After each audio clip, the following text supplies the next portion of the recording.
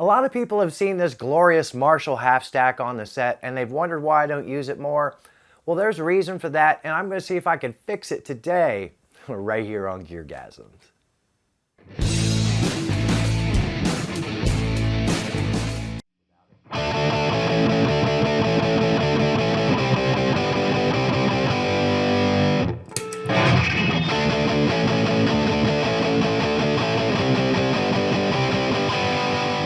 Hi everybody, welcome to GearGasms. I'm your host, Alan Barnes. Today, going to be trying to fix this here Marshall DSL100H. What do I mean by fix?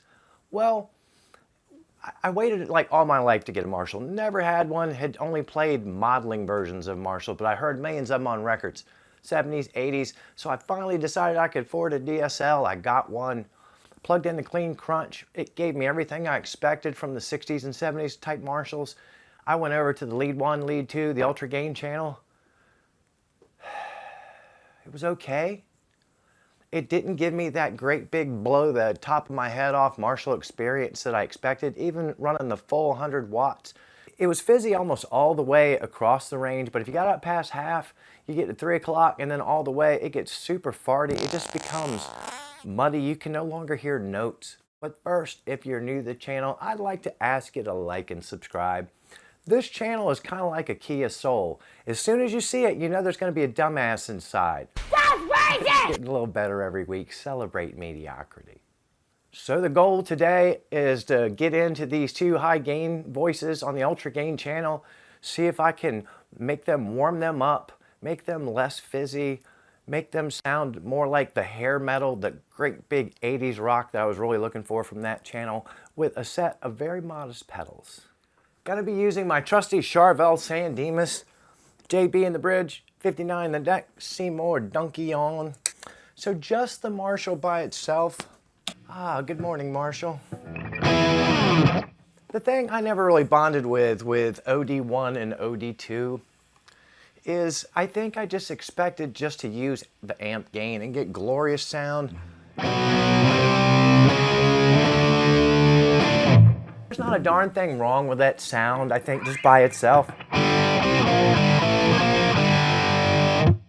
But it just didn't give me the whole Marshall thing that I was looking for. The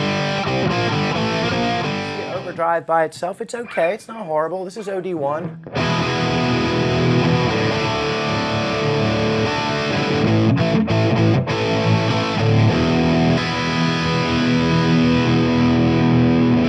OD2.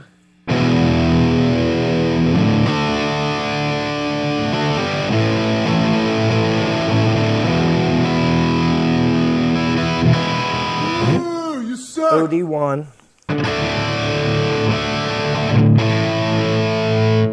Little extra thump, little extra sparkle. But again, that's not bad. Gain halfway up.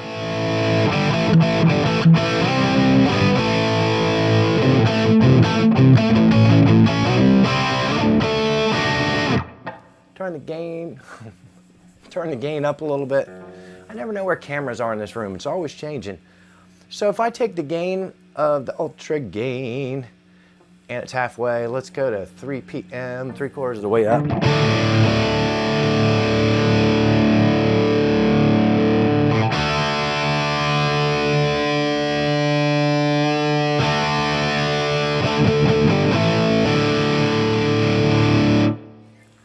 Do you hear what I hear? Some fizz, coming from my amp, it makes me shrink a little bit. Hello? You know what I mean? You know what I'm saying? Fizz. I think a lot of people have thought that about this amp. I'm not really sure what's going on there with that. I just don't like that. That's not me. And then, of course, all the way up, you know, you want to hear it again. This is just OD1.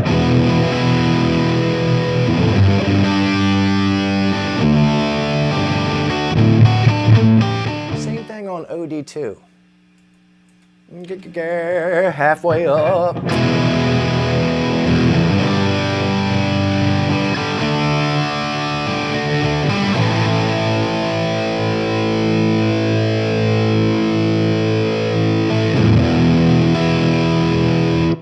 I went to 3 o'clock and you hear that thing fart out. Oh my gosh, flubbity-dubbity. No bueno.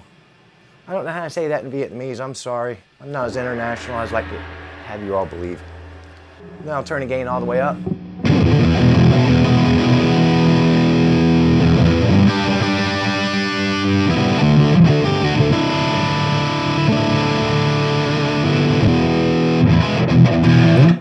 All the gain all the way up. There's just nothing good about that sound. That may be one of the worst big boy amp full gain sounds I've ever heard in my life. Everybody says, get a Marshall and crank it. Get a Marshall and crank it.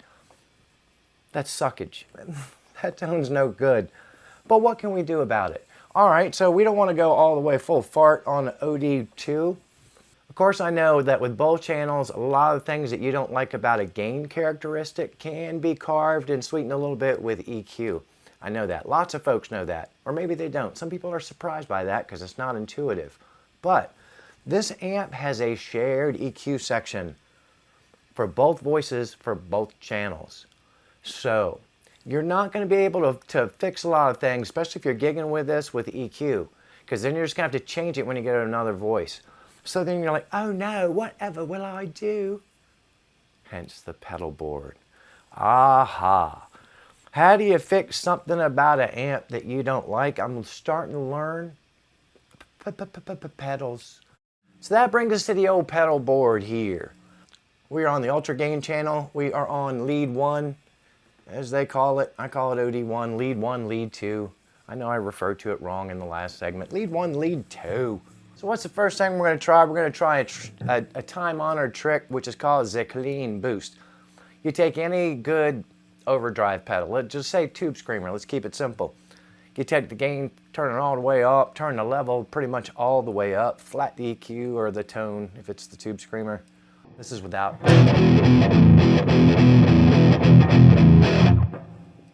With.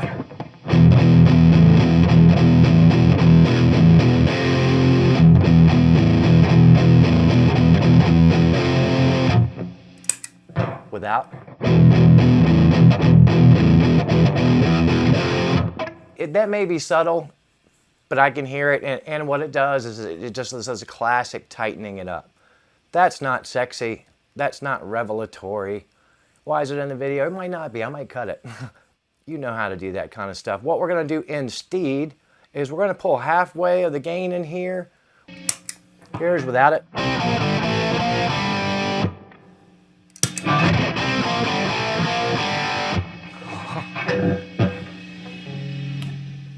Much more alive.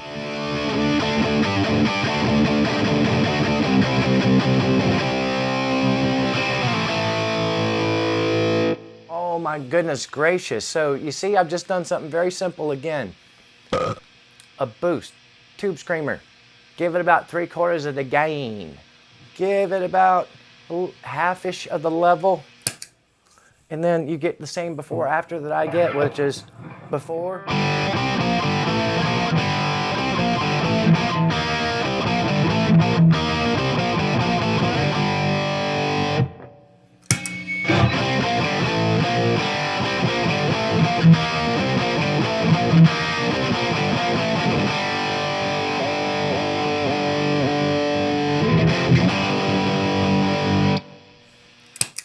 We are the old men gone wild.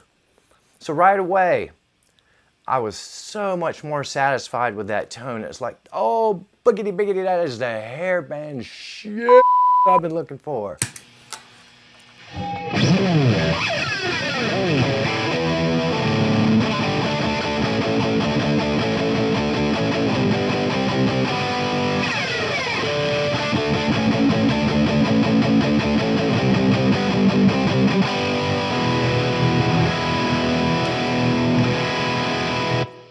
You might say you hear more high end with the pedal on, and I do too.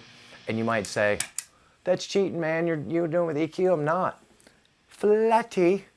So let's see what that same thing does on lead 2 voice. Remember our old friend lead 2? Again, this is the bass.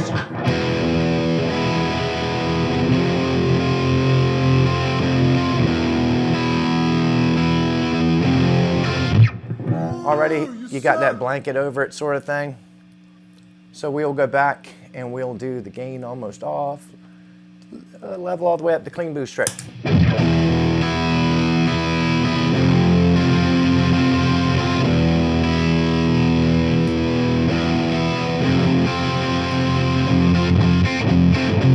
Brings in a little more high end, but that is no bueno. It didn't work as well as it did with lead one. Yiggity yiggity gaga. All right, so we'll set that bad boy up like we did before. Gain at 3/4, level at 11 o'clock, flat EQ. Again, lead 2.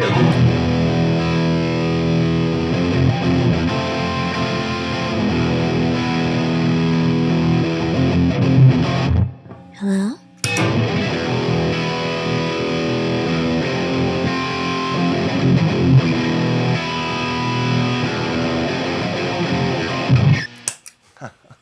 That's a lot though.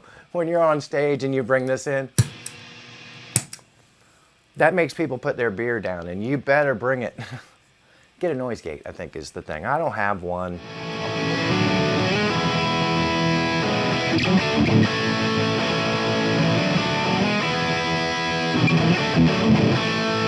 Let's see if it'll fix the fart.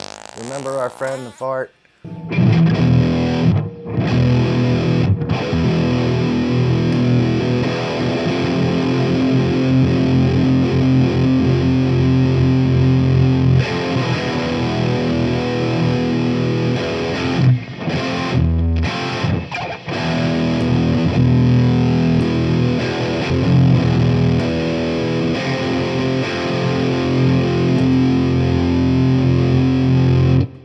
Holy mother of macaroni.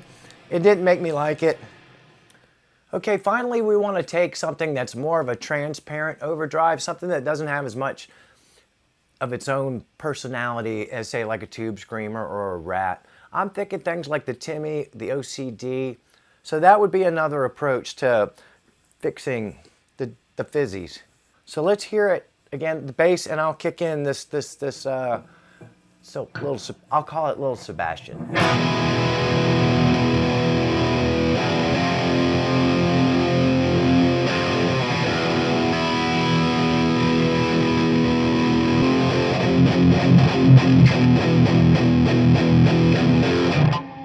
Without.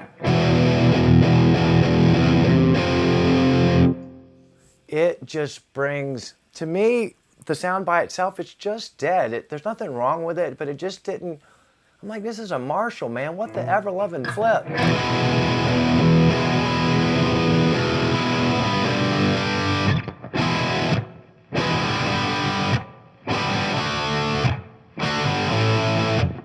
Now, of course, you know, you hear what it brings to the table as soon as you click it in with nothing plugged in. A little something. Do that sort of hair metal riff again. This is without.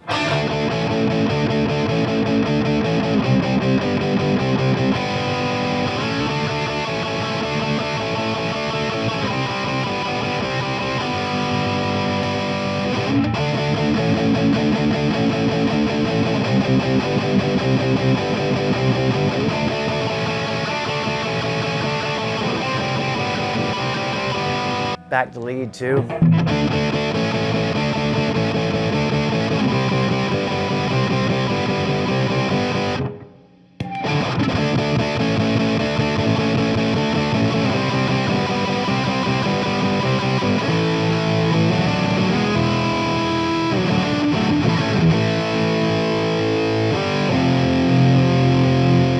Now you can see it does really sort of the same thing there with both of those channels.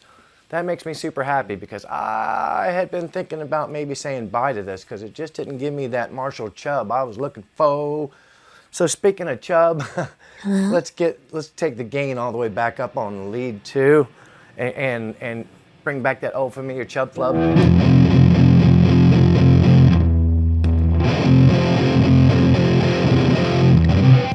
Another swing and a miss. I think the lesson here is on the lead 2, don't turn the gain all the way up. Did we turn it all the way up on lead 1? Did we make it fair?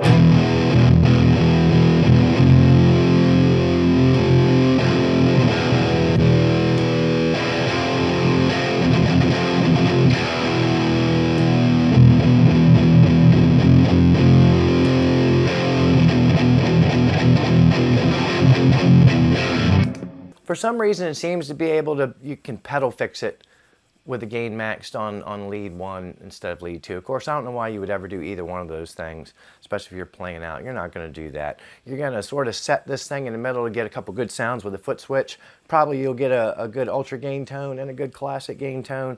And then within those two realms, you'll use pedals to push things around a little bit. Well, what did we learn today? We learned that you can, in fact, take a tone, a gain tone in an amp, the built-in gain. If you don't like it, you can throw just a little bit of pedal sauce on it from a wide variety of readily available and inexpensive pedals and make it sound a lot better. We also learned that lead 1 and lead 2, all the way up with the gain, oof, especially lead 2. I don't know if I've ever heard as bad of a native gain tone in a major amp as that baby when it's dimed. That was just stupid and ugly, and I don't care who you are, you ain't gonna fix that with EQ or a pedal. Best thing I can tell you is just don't do that. As always, I thank you for the time that you spend with me. Please don't forget to hit the like and subscribe button. This channel is really tanking as far as growth, and I don't know how much longer I'm going to be able to keep it alive. That ain't no joke. Speaking of keeping it alive, maybe if you bought a t-shirt that would help, or if you had some ratty friends that you could tell about GearGasms and they could just watch it every once in a while, that would also help as well. Whatever you do in the next 7 days, don't tell Lindsey Buckingham about it, because he's just going to show up, drink too much, and stink up the room with Stevie belches. Play more guitar, watch less YouTube, keep it coming back here week after week for more GearGasms.